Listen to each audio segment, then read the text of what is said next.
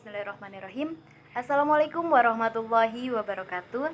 Apa kabar teman-teman? Kembali lagi bersama saya Mardotilah, NIM 1714142. Kelas Ekonomi Syariah B semester 6. Baik, saya di sini akan menjawab beberapa pertanyaan UAS MK Manajemen Perbankan. Pertanyaan yang pertama terkait dengan prinsip pembiayaan menggunakan analisis 5C dan 7P dan studi kelayakan. Salah satu produk lembaga keuangan adalah pemberian kredit. Akan tetapi, tidak semua yang mengajukan permintaan kredit akan langsung menyetujui dan memberikan pinjaman. Ada beberapa konsep yang menjadi prinsip dalam pemberian kredit. Prinsip pertama yang dijadikan dalam pemberian kredit kepada nasabah adalah prinsip 5C. Prinsip ini terdiri dari 5 kriteria yang harus dipenuhi oleh pengaju kredit, yaitu kriteria yang pertama adalah karakter, yaitu melihat bagaimana karakter dan latar belakang calon peminjam atau nasabah yang mengajukan kredit.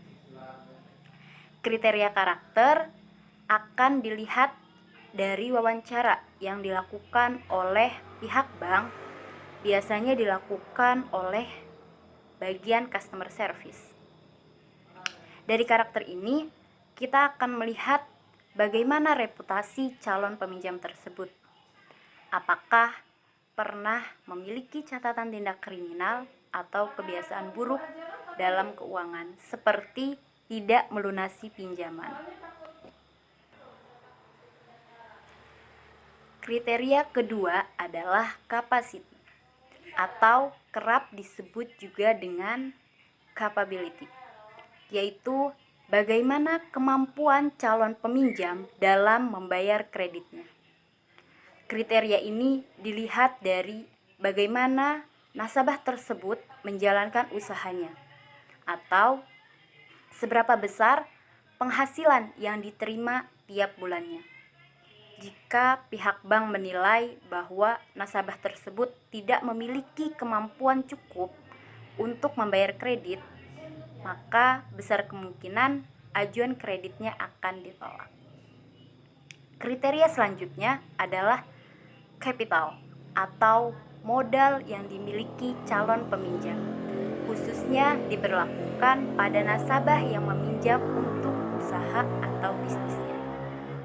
Dengan mengetahui modal atau aset usaha yang dimiliki oleh nasabah, maka pihak bank dapat mengetahui sumber pembiayaan yang dimiliki oleh nasabah tersebut.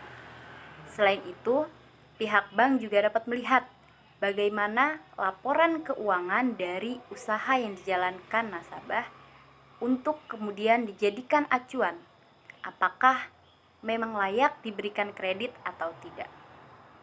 Kriteria keempat adalah kolateral, atau jaminan yang diberikan pada calon peminjam saat mengajukan kredit kepada bank. Sesuai dengan namanya, jaminan ini akan menjadi penjamin atau pelindung bagi pihak bank jika nantinya nasabah tidak dapat membayar pinjaman yang diambil. Oleh karena itu, idealnya besaran jaminan yang bersifat fisik ataupun non-fisik lebih besar jumlahnya dari kredit yang diberikan. Kriteria dari prinsip 5C yang terakhir adalah condition, yaitu kondisi perekonomian baik yang bersifat general atau khusus pada bidang usaha yang dijalankan nasabah. Jika memang kondisi perekonomian sedang tidak baik atau sektor usaha nasabah tidak menjanjikan, biasanya bank akan mempertimbangkan bagaimana kemudian pihak bank akan memberikan kredit. Hal ini terkait kembali dengan bagaimana kemampuan nasabah dalam membayar pinjamannya, yang tentu akan terpengaruh atas kondisi ekonomi. Baik, selanjutnya prinsip pemberian kredit 7P. Selain prinsip 5C, prinsip lainnya yang digunakan oleh lembaga keuangan dalam memberikan kredit adalah prinsip 7P. Dalam prinsip ini terdapat 7 kriteria yang harus dipenuhi, yaitu kriteria pertama adalah personality, yaitu kepribadian dari calon peminjam yang mengajukan kreditnya.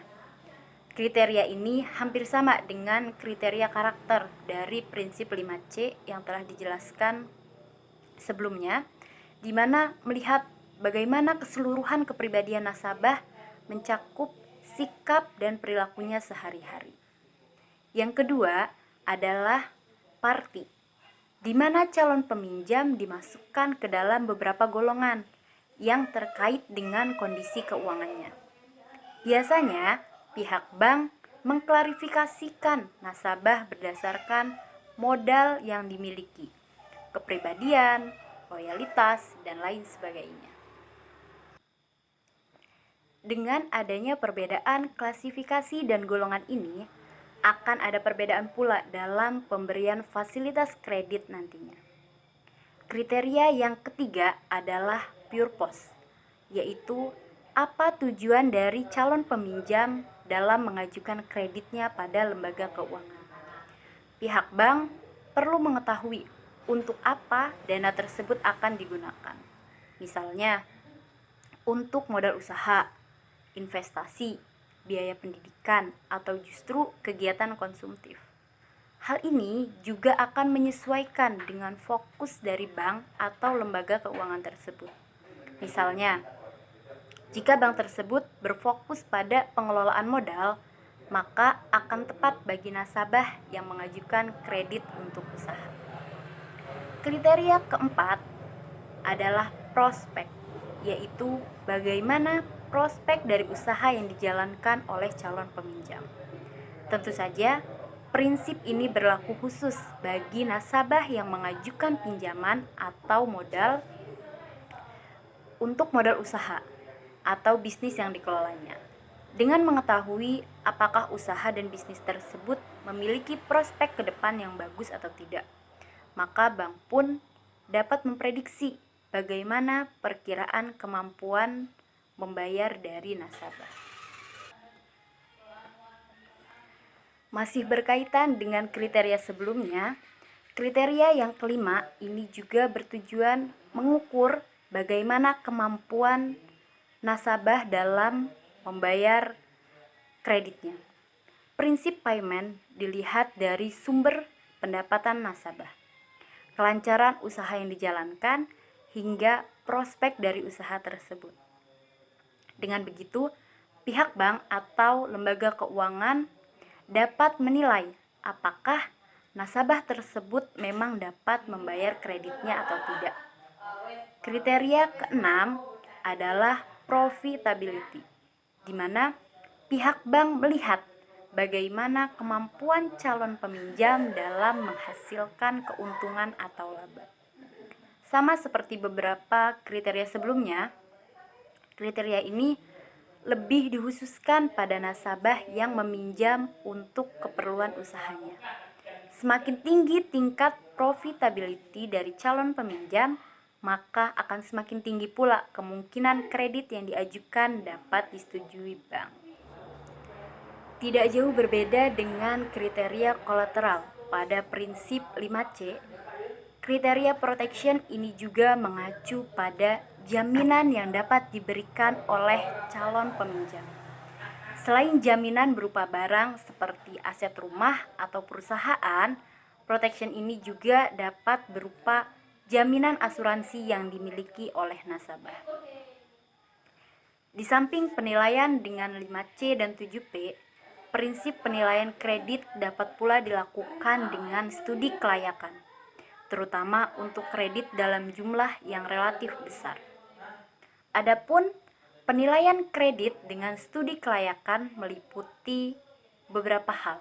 Yang pertama, aspek hukum merupakan aspek untuk menilai keabsahan dan keaslian dokumen-dokumen atau surat-surat yang dimiliki oleh calon debitur, seperti akta notaris, izin usaha atau sertifikat tanah, dan dokumen atau surat-surat lainnya.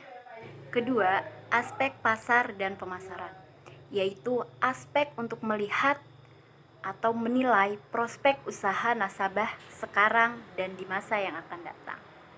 Yang ketiga, aspek keuangan merupakan aspek untuk menilai kemampuan calon nasabah dalam membiayai dan mengelola usahanya. Dari aspek ini akan tergambar berapa besar biaya dan pendapatan yang akan dikeluarkan dan diperolehnya. Penilaian aspek ini dengan menggunakan rasio-rasio keuangan.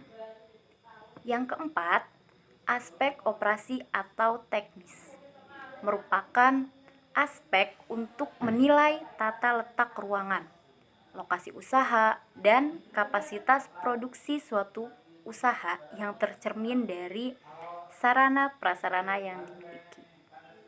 Yang kelima, aspek manajemen merupakan aspek untuk menilai sumber daya manusia yang dimiliki oleh perusahaan, baik dari segi kuantitas maupun segi kualitas. Keenam, aspek ekonomi atau sosial merupakan aspek untuk menilai dampak ekonomi dan sosial yang ditimbulkan dengan adanya suatu usaha, terutama terhadap masyarakat. Apakah lebih banyak benefit atau cost, atau justru sebaliknya? Nah, yang ketujuh itu aspek modal.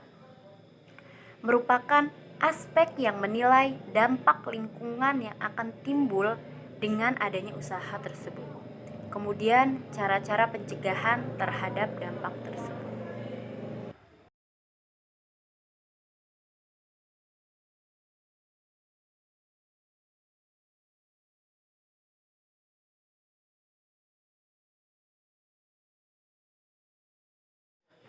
Baik teman-teman, saya akan melanjutkan menjawab pertanyaan nomor 3 terkait dengan tujuan pemasaran bank dan jenis-jenis pemasaran. Secara umum, tujuan pemasaran bank yaitu 1. Memaksimumkan konsumsi atau dengan kata lain memudahkan dan merangsang konsumsi, sehingga dapat menarik nasabah untuk membeli produk yang ditawarkan bank secara berulang-ulang. Yang kedua, memaksimumkan kepuasan konsumen melalui berbagai pelayanan yang diinginkan oleh nasabah. Yang ketiga, memaksimumkan pilihan atau menyediakan ragam produk, dalam arti bank menyediakan berbagai jenis produk bank sehingga nasabah memiliki beragam pilihan.